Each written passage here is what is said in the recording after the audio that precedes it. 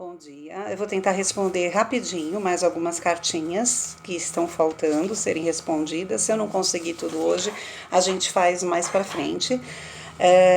Vou começar. Gostaria de saber se o emocional e o estresse psicológico têm tendência a desencadear crises? Sim. Muitas pessoas com epilepsia, quando estão com o emocional, né, alterado, quando passam por alguma situação tanto de alegria quanto de tristeza, tem a tendência a desencadear crises. Por isso é importante que a pessoa tenha o controle das suas emoções, que trabalhe, seja com terapia, seja com yoga, mentalização, para que tenha consciência de quando pode vir a ter uma crise. Tem pessoas que têm aura e começam a trabalhar essas sensações, às vezes conseguem até controlar durante a aula para que não desenvolva a crise. Então é muito importante sim o controle do estresse. Existem grupos, cursos que poderiam administrar palestras em escolas, onde encontrá-los? Olha, eu não tenho conhecimento de pessoas que estão indo só para fazer em várias escolas. Faz uns 2 anos nós fizemos, por exemplo, um grande encontro dentro do prédio da Fiesp, na Avenida Paulista. Então nós entramos em contato com o pessoal da Fiesp e fizemos um videoconferência para 94 escolas do Senai. Então, foram alguns especialistas onde nós falamos sobre como é, mais ou menos o encontro que nós tivemos lá, sobre como são as diversas formas da epilepsia que aparecem. Só que assim, eu particularmente fiz na escola do meu filho. Então, eu imprimi esses folders que a gente sempre publica lá no grupo, levei para a escola, fiz reunião com os coordenadores, com os professores, isso já há 5 anos atrás, quando meu filho ainda era pequeno, e sempre que possível eu levo informações. É possível que você faça isso pelas informações que você vem recebendo, ou se você conseguir alguma das entidades que tem esses encontros. A gente geralmente faz 2 vezes ao ano, 9 de setembro e 26 de março, em que você leve alguém da escola para que essa pessoa também vá adquirindo conhecimento e propague informações junto com você, entendeu? Mas assim, sempre que tem alguma coisa a gente publica nos grupos, tá?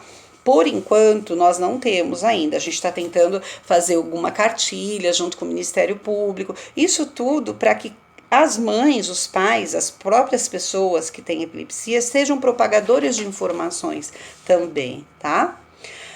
Como falar para um filho, no meu caso de 4 anos e meio, que ele precisa tomar remédio todos os dias e tentar explicar o que ele tem? Um dia ele me perguntou por que ele não pode ter febre. Como explicar? Veja bem, uma criança de 4 anos começa a ter a compreensão das coisas e lógico que você tem que usar palavras em que ela entenda, né? Se for uma criança que não tem comprometimentos na cognição, de interpretar as coisas, você aos poucos vai explicando que é importante que ela não tenha febre, como qualquer outra criança. As mães sempre monitoram a temperatura, para que a temperatura não suba, com risco de ter uma convulsão. Uma criança com epilepsia corre mais riscos, então isso, se ele não tiver irmãozinho, não tiver primos ou na própria escola, vai observar em que não é só ele que precisa deste monitoramento. Todas as pessoas que têm febre precisam controlar a temperatura, né? Então, vai explicando que com o desencadear de febre, geralmente a pessoa que tem epilepsia pode ter uma crise. Explica o que ele tem, que ele perde. Tem até alguns desenhos em que a gente anda colocando alguns filmes que ele acaba perdendo um pouco a consciência. Então, tentar achar alguma coisa lúdica para que você explique com palavras que ele entenda, né? Por que é que ele tem que tomar o remédio? Porque se ele não tomar o remédio, ele vai sentir tais sintomas e relata o que ele sentia. Se ele não souber explicar, você relata como foi, que aquele remedinho faz com que ele consiga ter o comportamento normalizado, que não tenha as crises que ele já teve, entendeu? Com o passar do tempo, ele vai passar a te perguntar, e depois vão ter fases em que ele não vai mais querer falar disso, né? E a gente tem que respeitar também algumas fases dos nossos filhos, não esquecendo que existem os períodos que saem da primeira infância, os períodos de adolescência, de puberdade, de entrada na juventude, né? Então, a gente também tem que aprender a respeitar esses momentos para que eles nos procurem, ou procurem os especialistas, os médicos, né? Um dia ele me perguntou por que ele não podia ter febre. Então, explica que não é só ele, qualquer pessoa não pode ter febre, né? Quando eu recebi a notícia, meu mundo desabou. Dúvidas, medo, insegurança, desespero total. Com o tempo, acredito que tudo isso diminuiu, mas ainda continua. A notícia da epilepsia na minha vida surgiu há 13 anos atrás, quando a minha filha tinha 12 anos. Para nós foi um choque. Ver minha filha tendo uma convulsão depois de muitos anos que recebemos o diagnóstico de epilepsia. Tivemos muito preconceito e até hoje, na escola primária, ensino médio, inclusive na faculdade, parentes, etc.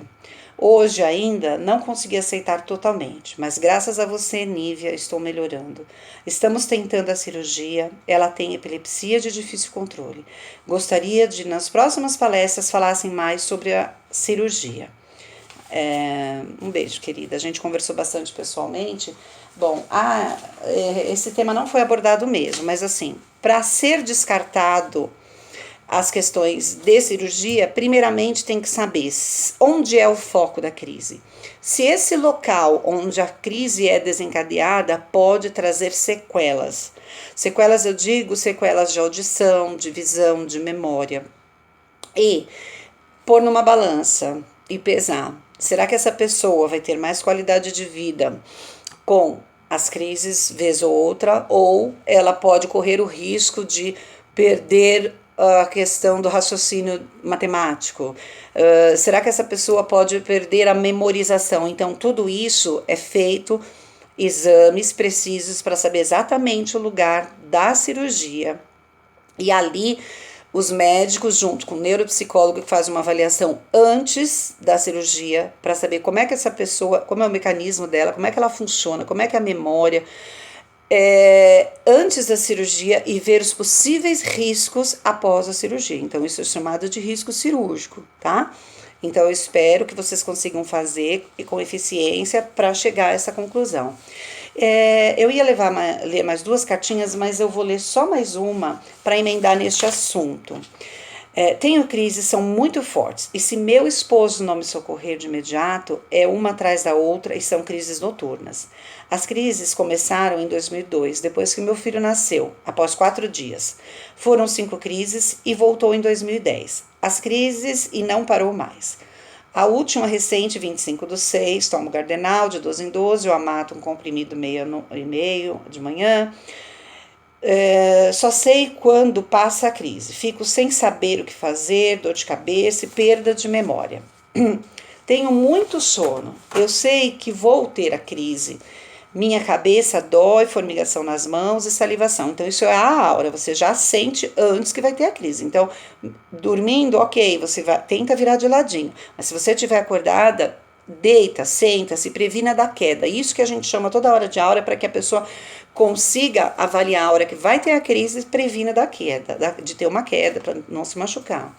Fiquei feliz em saber deste evento para epilepsia e saber mais sobre, porque durante estes anos que passaram, não foram diagnosticados um tipo de crise. Já fiz vários exames, eletroencefalograma, ressonância magnética, polissonografia. Hoje comento com o neuro que tenho consulta, vou continuar com a mesma medicação até quando? CID 640? Será? Por favor, Nívia, me ajude. Veja bem, existe um tipo de epilepsia que nós chamamos de epilepsia idiopática, onde não se tem uma causa pré-existente. Não dá alteração na ressonância magnética, não dá alteração na tomografia, não aparece no eletroencefalograma, na polissonografia. A polissonografia é um exame onde a pessoa fica monitorada 12 horas. No seu caso, eu acho que um vídeo EEG, que é um exame de mais de 24, 48, 72 horas, às vezes os médicos tiram a medicação, pode ser que apareça o foco da crise, para você saber o tipo de crise. Mas o tipo de crise, você pode pedir para o seu esposo filmar, por exemplo, e aí de acordo com o movimento que você faça, seja com os membros inferiores, superiores, com a boca, com os olhos, né? O tipo de movimento, o seu médico vai saber identificar qual é o tipo de crise, se é mioclônica, se é tônico, se é clônica, mas pelo que você está falando, aparentemente são crises idiopáticas que não aparecem no exame. Daí tem uma cartinha assim: oi, eu sou fulana, tenho epilepsia e estou em busca de aprender sobre a doença para uma melhor qualidade de vida. Eu fico muito, muito feliz com as diversas cartas que nós recebemos. Inclusive, uma delas só tem a música, que é a música que eu vou colocar aqui agora.